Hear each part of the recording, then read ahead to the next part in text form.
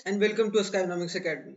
My name is Sunil Kumar Yadav और फिर से एक बार आप लोगों का स्वागत है हमारे यूट्यूब चैनल पर। जैसा कि आप लोग देख ही पा रहे होंगे कि आज हम लोग सिविक्स का जो है वो आज पार्ट सेकंड डिस्कस करने जा रहे हैं। क्या पार्ट सेकंड डिस्कस करने जा रहे हैं?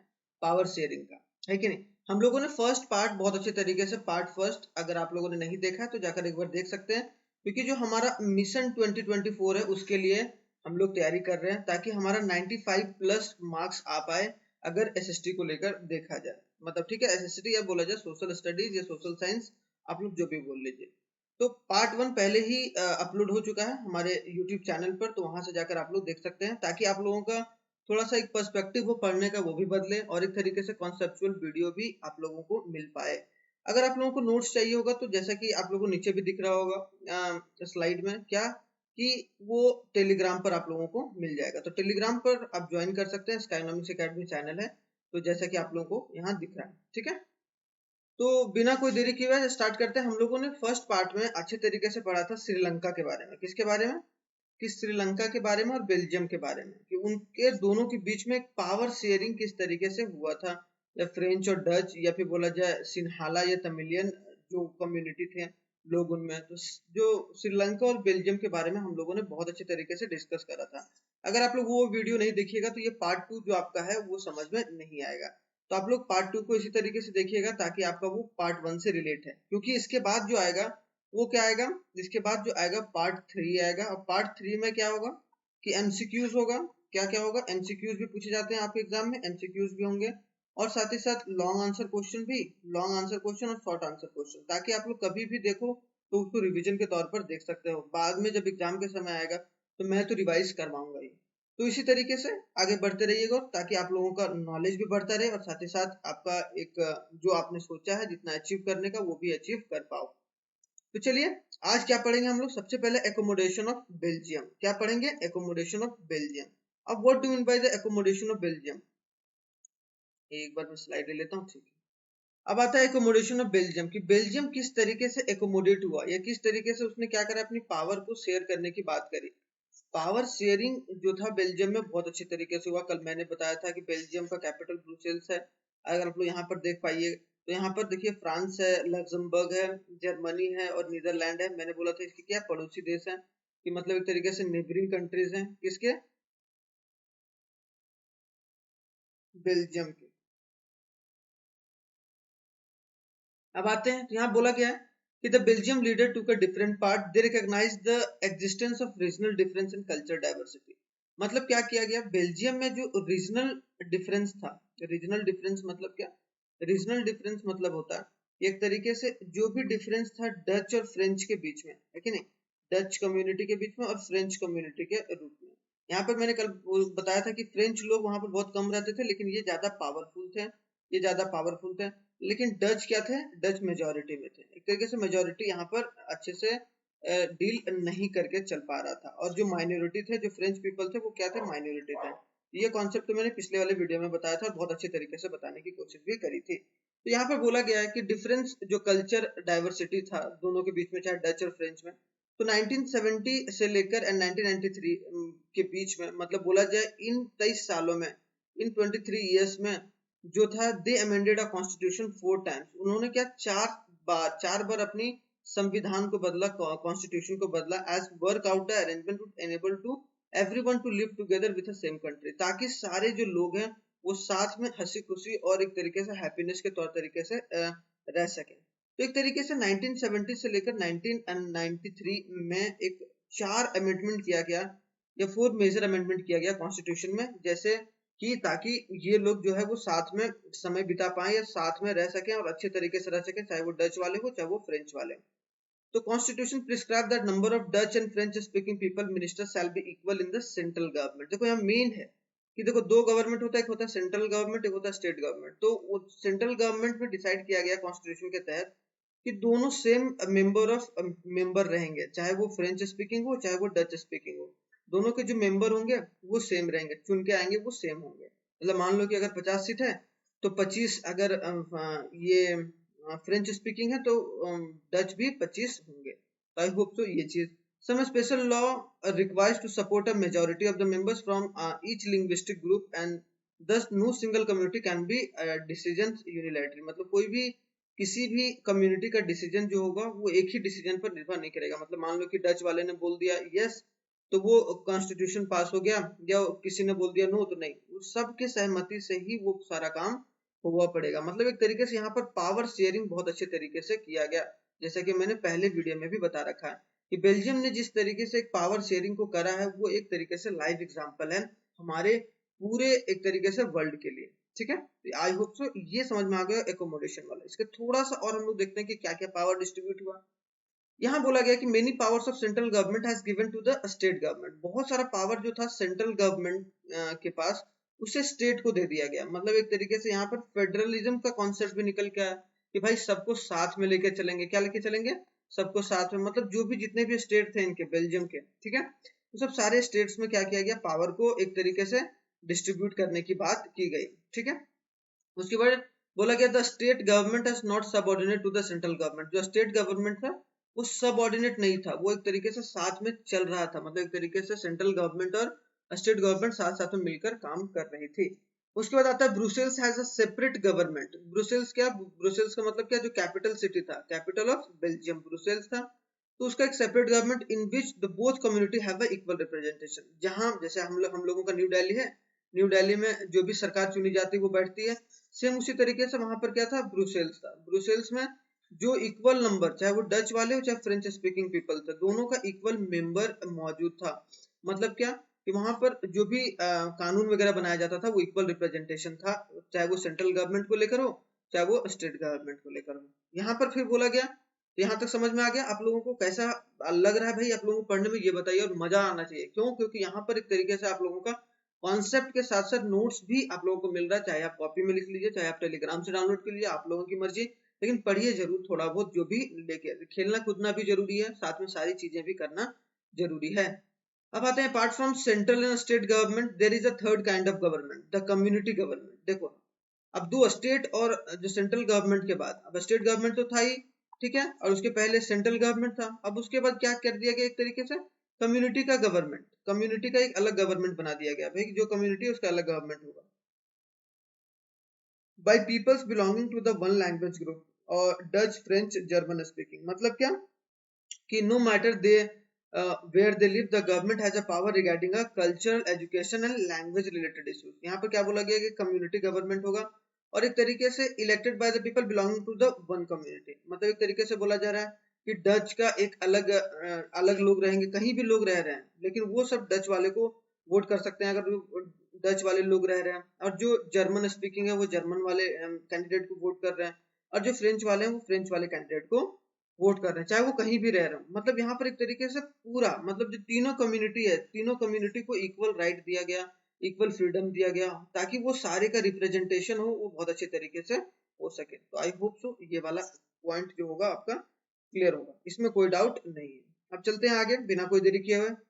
आगे में बोला जा रहा है कि वाई पावर शेयरिंग डिजायरेबल, कि पावर शेयरिंग क्यों डिजायरेबल है। मतलब एक बार अगर पावर शेयरिंग नहीं होता तो वो अच्छा बात नहीं है, तो मतलब क्या पावर शेयरिंग डिजायरेबल क्यों, इसके बारे में अब दो रीजन बोला गया, एक प्रूडेंशियल रीजन, एक मोरल रीजन बोला गया। प्रूडेंशियल मतलब क्या, first power sharing is good because it helps to reduce the possibility of conflict between the social group, ताकि सोशल ग्रुप के बीचों में, मतलब क्या जो भी सोशल ग्रुप है, जितने भी कम्युनिटी के लोग हैं, उनके बीच में कोई कॉन्फ्लिक्ट ना हो, है कि नहीं, कॉन्फ्लिक्ट ना हो, कि कोई लड़ाई झगड़ा ना हो, कोई सिविल वॉर ना हो, मतलब आपस में कुछ भी ना हो, और वो बहुत अच्छे तरीके से आपस में मिलजुल कर रहें।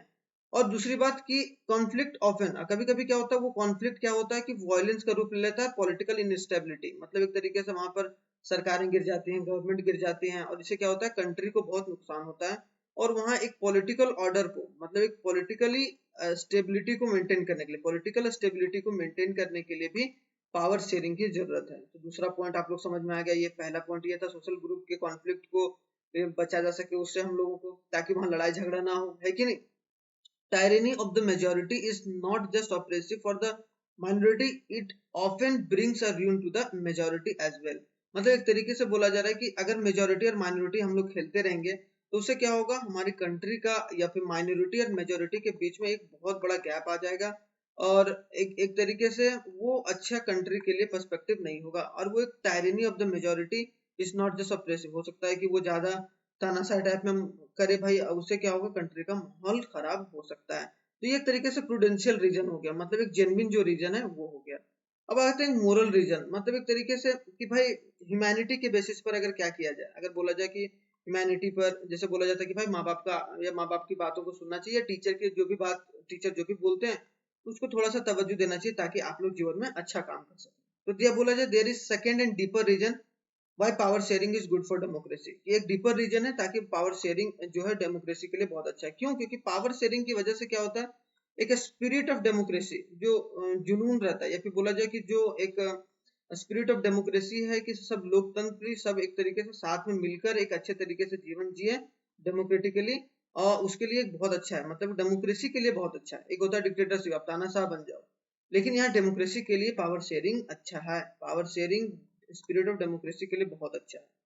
उसके बाद क्या है, democratic rule involves the power sharing with those affected by exercise and who have to live with the its effect, people have right to consult and how they are governed.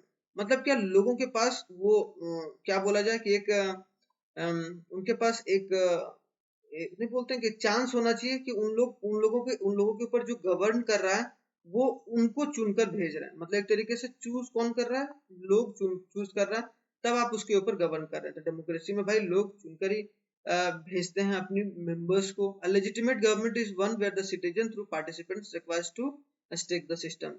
कि एक लेजिटिमेट गवर्नमेंट वही होती है जहां पर citizens के vote से जीता हुआ मेंबर क्या करे, कोई उसके उसके लिए कानून बनाए या वो सब सारी चीजें करे जो एक डिजायरेबल कंट्री के लिए हो। तो आई होप सो ये चीज समझ में आ गया होगा। अब आता है एक फॉर्म्स ऑफ गवर्नमेंट की, कितने तरीके के फॉर्म्स ऑफ गवर्नमेंट होते हैं, मतलब एक एक तरीके से बोला जाए फॉर्म्स ऑफ गवर्नमेंट के जानने से पहले हम लोग एक तरीके से फॉर्म्स ऑफ पावर शेयरिंग की, पावर शेयरिंग भी बहुत अलग अलग तरीके का होता है, मतलब एक तरीके से अलग अलग पार्ट्स के होते हैं या अलग अलग फॉर्म ले लेता है। तो पहला जो फॉर्म है यहाँ पर बोला गया है कि the government has a following forms, मतलब एक तरीके से क्या बोला गया कि government have a following forms, कि उसमें पहला जो फॉर्म है वो क्या हमारा among different organs of the government such as legislature, executive and judiciary. मैंने बताया था कि 3 लेवल ऑफ द गवर्नमेंट होता है, 3 लेवल ऑफ द गवर्नमेंट होता है अगर पावर शेयरिंग को बात में लेकर जाया जाए। मतलब क्या, पहला लेजिस्लेचर, लेजिस्लेचर मतलब कौन, जो कानून बनाता है। दूसरा हो गया एक क्या, एग्जीक्यूटिव, जो लागू करता है कानून को, ठीक है। तीसरा हो गया जुडिशियरी, जो चेक एंड बैलेंस करता है। चेक एंड बैलेंस मतलब जो कानून बनाया गया है सरकारों के द्वारा वो सही बनाया गया या नहीं बनाया गया। तो तीनों के बीच में ऐसा पावर शेयरिंग होना चाहिए ताकि वो किसी को डिस्टर्बिंग या किसी को डिस्टर्ब ना कर सके और तीनों बहुत अच्छे तरीके से इंडिपेंडेंटली काम कर सके। तो यहाँ बोला let call the horizontal distribution of the power because it allows the different organs of the government place at a same level exercise a different power. मतलब एक तरीके से लेजिस्लेचर है, एग्जीक्यूटिव है, ये एक तरीके से हॉरिजॉन्टल वे में है, हॉरिजॉन्टल वे में है कि नहीं। लेकिन ये जो एक पावर जो ये अपने शो कर रहे हैं वो सबका अलग अलग पावर है, किसी एक के पावर में मान लो कानून बनाने का काम एग्जीक्यूटिव नहीं कर सकता है, या चेक एंड बैलेंस का काम मतलब लेजिस्लेचर नहीं कर सकता है, या लॉ बनाने का काम जुडिशियरी नहीं कर सकती है। तो ये सब सारी चीजें हैं। तो the result is to balance the power among the various institution and this arrangement is called a system of check and balance. तो मतलब एक तरीके से बोला जाए कि different organ of the government होता है और उसको एक तरीके से अच्छे तरीके से सिस्टम को चलाने के लिए एक तरीके से जितने भी ऑर्गन ऑफ द गवर्नमेंट है उनमें जो पावर की शेयरिंग होना चाहिए वो बेस्ट पॉसिबल मैनर में होना चाहिए और सबका एक अलग अलग पावर होना चाहिए। आई होप सो पहला चीज समझ में आ गया होगा among the different organ of the government कि पावर किस तरीके से डिफरेंट ऑर्गन में, तो सब में इक्वली या फिर डिफरेंट पावर है सबका और सब लोग अलग अलग तरीके का एक्सरसाइज पावर करता है। मैंने बताया कि जो लेजिस्लेचर होता है कानून बनाता है, लॉ बनाता है, ये क्या करता है, लागू करता है मतलब इम्प्लीमेंट करता है, ठीक है। और ये क्या करता है, जुडिशरी करता है, चेक एंड बैलेंस करता है, ठीक है। अब सेकंड आ गया कि among government at a different level. अब जो गवर्नमेंट भी बहुत डिफरेंट लेवल है, देखो बोला जाए कि अगर ऊपर सेंट्रल गवर्नमेंट है, ठीक है, अब ऊपर सेंट्रल है, फिर नीचे स्टेट हो गया, एक स्टेट हो गया, और एक हम लोगों ने पढ़ा था कम्युनिटी या फिर बोला जाए एक रीजनल लेवल पर, कम्युनिटी या रीजनल लेवल पर। इसका मतलब क्या कि सेंट्रल के पास अलग पावर है, स्टेट गवर्नमेंट के पास अलग पावर है, और रीजनल गवर्नमेंट जैसे बोला जाए म्यूनिसिपैलिटी हो गया, या फिर बोला जाए कि जो गांव में विलेज वाला पंचायत वाला हो गया, तो उसमें एक अलग अलग पावर का डिस्ट्रीब्यूशन होता है। ऐसा नहीं होता है सेम पावर सबके पास रहता है, सेंट्रल गवर्नमेंट के पास अलग पावर आता है, स्टेट गवर्नमेंट के पास अलग और रीजनल गवर्नमेंट के पास अलग। वही बोला जा रहा है क्या general government for entire country, the government is provincial और रीजनल लेवल की सब अलग अलग जगह पर अलग अलग टाइप की गवर्नमेंट है। सेंट्रल गवर्नमेंट में अलग तरीके की गवर्नमेंट है, स्टेट गवर्नमेंट में और रीजनल गवर्नमेंट में, ताकि ये फेडरल तरीके से काम कर सके। फेडरल गवर्नमेंट मतलब होता है कि संघवाद, किस तरीके से सब साथ में लेकर चला जाए, चाहे वो स्टेट को लेकर हो, चाहे वो गवर्नमेंट या फिर वो स्टेट गवर्नमेंट हो या फिर वो रीजनल गवर्नमेंट हो। ठीक है, तो दूसरा बात क्या कि डिफरेंट लेवल ऑफ गवर्नमेंट भी होना जरूरी है। अब आते हैं क्या कि अमंग डिफरेंट सोशल ग्रुप्स, तो सोशल ग्रुप क्या है, सच है रिलीजन एंड लिंग्विस्टिक ग्रुप। जैसे कोई रिलीजन के बेसिस पर वहां पर बेल्जियम में बना दिया गया था, है कि नहीं। बेल्जियम में क्या बना दिया गया था, एक तरीके से कम्युनिटी कम्युनिटी के लिए अलग ग्रुप बना दिया। ठीक है, यहाँ बोला जाएगा कम्युनिटी गवर्नमेंट जैसे बेल्जियम में बनाया गया, ताकि जो भी जैसे तीन है वहां पर, एक जर्मन स्पीकिंग, फ्रेंच स्पीकिंग और डच स्पीकिंग, तो भाई तीनों लोगों को अलग अलग जो कम्युनिटी के लोग हैं वही चुनेंगे। मतलब जर्मन वाला जर्मन के लोग ही चुनेंगे, फ्रेंच वाला फ्रेंच के लोग और डच वाला डच के लोग, लेकिन जो तीनों का रिप्रेजेंटेशन होगा वो सेम रिप्रेजेंटेशन होगा, सेम रिप्रेजेंटेशन होगा। अगर बोला जाए कॉन्स्टिट्यूएंसी को लेकर, मतलब बोला जाए कि असेंबली में अगर मान लो कि 30 मेंबर हैं टोटल, तो 30 मेंबर में 10 मेंबर किसके आएंगे, चाहे वो मेजोरिटी में या माइनॉरिटी में, 10 मेंबर इसके आएंगे किसके, जर्मन स्पीकिंग के, 10 आएंगे फ्रेंच स्पीकिंग के और 10 आएंगे डच स्पीकिंग का। मतलब क्या, एक तरीके से यहाँ पर जो पावर शेयरिंग किया गया वो बहुत अच्छे तरीके से किया गया। पावर शेयरिंग जो किया गया वो बहुत अच्छे तरीके से किया गया है, जैसे कि वहां पर नहीं किया गया था जैसे श्रीलंका में, जैसे हम लोगों ने पढ़ा था। श्रीलंका में जो सिन्हाला कम्युनिटी था वो ज्यादा एक तरीके से इम्पैक्ट कर रहा था, है कि नहीं। मैंने बताया था कि सिन्हाला जो कम्युनिटी था वो ज्यादा इम्पैक्ट करके जा रहा था, तमिलियंस को इसका इम्पैक्ट ग्रेटर था और ये रूल करके चल रहा था पूरे कंट्री में। ठीक है, तो ये समझ में आ गया कि सोशल ग्रुप भी डिफरेंट है, उसके बाद भी पावर शेयरिंग चाहिए, तो एक तरीके से अलग तरीके से पावर शेयरिंग होती। चौथा, political parties, pressure groups and movements, control and influence those power in democracy the citizen must have freedom to choose among the various contender. जैसे देख लो अभी हम लोग अलग अलग पार्टी है कि नहीं, जैसे मान लो कि बीजेपी हो गया, कांग्रेस हो गया, या फिर बोला जाए आम आदमी पार्टी हो गया, बहुत अलग अलग ग्रुप के लोग हैं, अलग अलग ग्रुप की पार्टी है। तो वहां पार्टी में चूज करना और एक तरीके से मूवमेंट करना, एक फ्रीडम होना सबके लिए, कि भाई सबका मूवमेंट होगा, कोई भी धरना प्रदर्शन कर सकता है, अगर उसको खराब लग रहा है तो वो बातचीत कर सकता है। तो वो एक डेमोक्रेसी के लिए बहुत अच्छा और पावर शेयरिंग के लिए भी बहुत अच्छा है कि नहीं। तो यहाँ पर बोला जा रहा है कि कंपटीशन में डिफरेंट पार्टीज होना बहुत जरूरी है। अगर कंपटीशन ही खत्म हो जाएगा तब तो फिर वो डिक्टेटरशिप हो जाएगा ना। तो अगर सिर्फ हर जगह सिर्फ बीजेपी जीत रही है, हर जगह सिर्फ कांग्रेस जीत रही है, तो वो डेमोक्रेसी के लिए अच्छा नहीं है, क्योंकि वहां पर एक तरीके से अपोजिशन पार्टी होना बहुत जरूरी है, ताकि वो दोनों साथ में मिलकर एक तरीके से एक बेस्ट रिजल्ट निकल के आए हमारे कंट्री के डेवलपमेंट के लिए। वी फाइंड इंटरेस्ट ग्रुप में बहुत सारे हैं, जैसे ट्रेडर का ग्रुप होता है, बिजनेसमैन का ग्रुप होता है, इंडस्ट्रियलिस्ट का ग्रुप होता है, फार्मर का ग्रुप होता है, इंडस्ट्रियल वर्कर का ग्रुप होता है ना, लेबर ऑर्गेनाइजेशन के रूप में। तो वो क्या करते हैं, एक तरीके से वो मूवमेंट वगैरह करते हैं, अगर उनका कोई पॉलिसी वगैरह खराब आ रहा है या सरकार उसको सपोर्ट नहीं कर रही है तो एक तरीके से वहां पर डेवलपमेंट करने की बात की गई है, अगर वो पावर शेयरिंग होगा तो। अब जो लास्ट आता है वो हमारा आता है एक तरीके से कि आप लोग क्या वन वर्ड अच्छे से करके चल रहे हैं। मैंने पिछले वाले वीडियो में भी वन वर्ड कराया था और आज भी स्काईपीडिया के तहत मैं वन वर्ड कराऊंगा। प्रूडेंशियल मतलब क्या होता है, it is a set of reason that favours a power sharing, कि वैसा रीजन या वैसा कारण जो फेवर कर रहा हो किसको, पावर शेयरिंग को। तो हमने हाँ पढ़ा था अभी कि क्या प्रूडेंशियल रीजन क्या है पावर शेयरिंग का। ठीक है, it is based on the prudence और in careful calculation of gain and loss, कि कहां पर फायदा हो रहा है हमारी कंट्री को, कहां पर लॉस हो रहा है, उन सारी चीजों को देखकर चलते हैं, तो उसको हम लोग बोलते हैं प्रूडेंशियल। सेकंड क्या, horizontal distribution of power. Horizontal distribution of power मतलब क्या, जुडिशियरी हो गया, जुडिशियरी नहीं, पहले लेजिस्लेटिव हो गया, फिर एग्जीक्यूटिव हो गया, फिर जुडिशियरी हो गया। एक तरीके से ये क्या है कि वर्टिकल है, वर्टिकली ये वर्ड सॉरी ये है हॉरिजॉन्टली पावर डिस्ट्रीब्यूशन है। मतलब ये एक नहीं है कि इसके पास जो पावर है वो इसके पास ट्रांसफर हो जाएगा, इसके पास जो पावर है इसके पास ट्रांसफर हो जाएगा, नहीं। तो मतलब क्या कि distribution of power among different organs की ऐसा हो जैसा लेजिस्लेचर, एग्जीक्यूटिव और जुडिशियरी के बीच में सेम हो और एक तरीके से डिफरेंट पावर निकल के आए। चेक एंड बैलेंस कौन करता है, जुडिशियरी जो है वो चेक एंड बैलेंस करती है, ताकि कोई भी ऑर्गन जो है वो गलत तरीके से फायदा ना उठाए। वर्टिकल डिवीजन ऑफ पावर क्या होता है, it is a different power involves the higher to local government such as central, provincial और स्टेट। प्रोविंशियल मतलब होता है स्टेट को लेकर, अगर स्टेट गवर्नमेंट के बारे में बात करें, ठीक है। तो वर्टिकल क्या हो गया, सेंट्रल गवर्नमेंट हो गया, फिर स्टेट गवर्नमेंट हो गया, जिसको हम लोग प्रोविंशियल भी बोला जाए, और तीसरा क्या हो गया रीजनल लेवल पर। तो गवर्नमेंट का जो पावर होता है वो क्या होता है वर्टिकल वे में होता है। देखो तो ऊपर से नीचे आ रहा है ना, ऊपर से नीचे मतलब हायर से लोअर जा रहा है, और यहाँ पर देखो ऐसे जा रहा है। किस में जा रहा है ऐसे, ये यहाँ पर बोला जाए कि हमारा डिस्ट्रीब्यूशन ऑफ पावर, चाहे वो लेजिस्लेचर हो, चाहे वो एग्जीक्यूटिव हो, चाहे वो जुडिशियरी हो। तो यहाँ पर एक तरीके से हॉरिजॉन्टल पावर डिस्ट्रीब्यूशन है, और जो यहाँ पर है वो हमारा वर्टिकल पावर डिस्ट्रीब्यूशन है, अगर सरकार को या गवर्नमेंट को लेकर चला जाए। ठीक है, आई होप सो ये चीज क्लियर। फेडरल गवर्नमेंट मतलब जब साथ में जो जितने भी डिफरेंट लेवल ऑफ गवर्नमेंट है वो जब इंटायर कंट्री को एट अ यूनियन लेवल लेके चल रहा है, सब साथ में लेके चल रहा है। In general the government for entire country at a union level, कि अगर गवर्नमेंट सेंट्रल पर है, जो सेंटर पर गवर्नमेंट है वो सबके लिए गवर्नमेंट है कि नहीं। हम लोग बोलते हैं बीजेपी है, बीजेपी तो पूरे देश का गवर्नमेंट है ना एक तरीके से, लेकिन अगर उत्तराखंड में बोला तो उत्तराखंड का एक अलग गवर्नमेंट है, राजस्थान का अलग गवर्नमेंट है, तो वहां पर एक अलग अलग तरीके से स्टेट में। लेकिन जो फेडरल गवर्नमेंट होता है वो पूरे देश के लिए गवर्नमेंट रहता है।